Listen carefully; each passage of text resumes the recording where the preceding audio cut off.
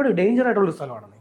വളരെ ഡേഞ്ചർ ആയിട്ടുള്ള സ്ഥലമാണ്. അത് ഏത് സമയവും മണ്ണിടിയും, ഏത് സമയവും ഈ ക്ലൈമറ്റ് കാര്യം അതിനെ വല്ലാണ്ട് ബാധിച്ചിട്ടുണ്ട്. ഈ ക്ലൈമറ്റേ കാലാവസ്ഥാ വ്യതിയാനം അതിനെ ബാധിച്ചിട്ടുണ്ട്. കാലാവസ്ഥാ വ്യതിയാനം വലിയ തോതിൽ പൊന്മുടിയെ ബാധിച്ചിട്ടുണ്ട്. പലപ്പോഴും ഈ മണ്ണിടിയുന്ന പ്രശ്നങ്ങളും അങ്ങനെയുള്ള കാര്യങ്ങളും ഒക്കെ വരുന്നുണ്ട്. പിന്നെ മാത്രമല്ല, അവിടെ പഠിക്കാൻ വരുന്ന കുഞ്ഞുങ്ങളൊക്കെ വളരെ സാധാരണക്കാരുടെ കുഞ്ഞുങ്ങളാണ്. വളരെ പാവപ്പെട്ട മനുഷ്യർ താമസിക്കുന്ന ഒരു മേഖലയാണത്. പിന്നെ ഒരു ടൂറിസ്റ്റ് പ്ലേസ് ആണ്, ടൂറിസ്റ്റ് കേന്ദ്രമാണ്. അപ്പൊ അങ്ങനെ അതുകൊണ്ട് ഈ കുഞ്ഞുങ്ങളുടെ സുരക്ഷ, അപ്പൊ നമ്മൾ അതുകൊണ്ടാണ് ഈ വിഷയം എടുത്തു വെച്ചിരിക്കുന്നത്. നാളെ എന്തെങ്കിലും ഒരു ദുരന്തം സംഭവിച്ചിട്ട് നാളെ ഇവിടെ ഇരുന്നിട്ട് ഈ കുഞ്ഞുങ്ങൾക്ക് അപകടം സംഭവിക്കാനുള്ള കാരണം ഇതൊക്കെയാണ് എന്ന് ചർച്ച നടത്തുന്നതിനേക്കാൾ ഉപരിയായി ജനങ്ങളുടെ ശ്രദ്ധയിലേക്ക് ഈ സാധനം കൊണ്ടുവന്നാൽ ജനങ്ങൾ ഇതിൽ ഇടപെടും.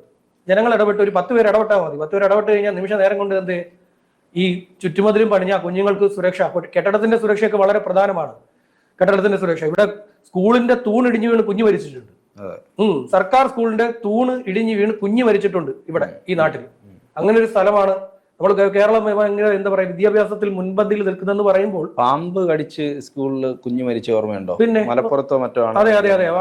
പിന്നെ വടക്കോട്ട ജില്ലയാണെന്ന് കൃത്യമായിട്ട് ഓർമ്മ. കുഞ്ഞിനെ പാമ്പ് കടിച്ചിട്ട് അധ്യാപകർ ആശുപത്രി കൊണ്ടുപോകാൻ തയ്യാറാവാൻ അവർക്ക് മനസ്സിലായില്ല. അരച്ചാണിയാണെന്നൊക്കെ പറഞ്ഞിരുന്നു. അങ്ങനെയാ സംഭവിച്ചത്. അരച്ചാണിയാണ് കടിച്ചത് എന്നൊക്കെ പറഞ്ഞിട്ട് ഈ വെളിച്ചെണ്ണയൊക്കെ തേച്ചു കൊടുത്തു കുഞ്ഞിന്റെ കാലില്.